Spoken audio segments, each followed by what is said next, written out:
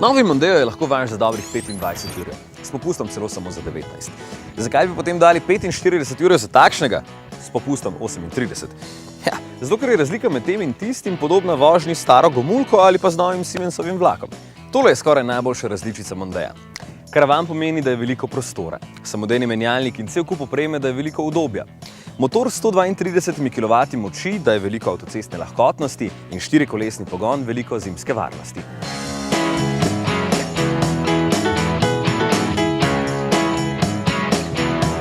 Zanimivo, da prav nikjer ne piše, da ima takšen pogon. Samo tukaj lahko poiščete poseben zaslon, ki kaže, kam gre navor med vožnjo. Edina stvar, ki mi ni najbolj všeč, je notranjost. Kaj pa vem? Precej pusto deluje vse skupaj tudi v tem primeru in s tole trdo plastiko ter sivimi sedeži precej monotono. Ja, vem, mogoče sem malo preveč razvajen. Zato pa tale zaslon fino razbija vse skupaj, na katerem je nameščena že tretja generacija Fordovega sistema Sync.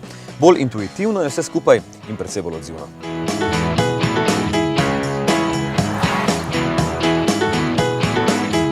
Že v prejšnjem testu smo povedali, da Mondeo ni več tako vozniško ostro, kot je bil v prejšnji generaciji, kar ni nujno kritika. Poslovne limuzine ali karavani žarevajo predvsem eleganco, takšen je Mondeo zato zunaj in po voznih lastnostih. Predvsem udoben, seveda z dokaj dobrim, malo preveč umetnim občutkom na volanu in dobro lego. Tudi zaradi štirikolesnega pogona, ki sam razporeja navor med osema, ta Mondeo konkretno čepi na cesti. Družine bodo udobje cenile bolj od dinamičnih vrlin, to je jasno. Enako prostornost. Zadaj se niti košarkarji ne bodo priteževali, prtljažnik pa je pripravljen celo na selitvene dejavnosti. Ena malenkost. Kdor pogosto pripenja otroški sedež, ga bosta zadaj motila varnostna pasova. Seveda je super, da so v njih vgrajeni zračni blazini, tega nima noben konkurent, ampak sta bolj primerna za že malo večje otroke, ki ne rabijo posebnih sedežev.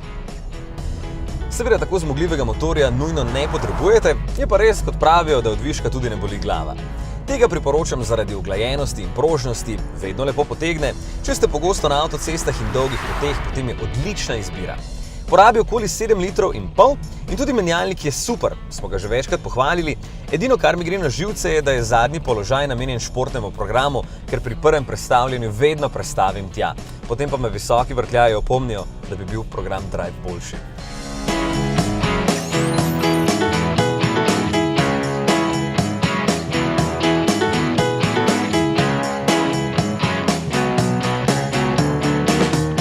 Takšen Mondeo sploh ni poceni, v bistvu je dražji samo še vinjale.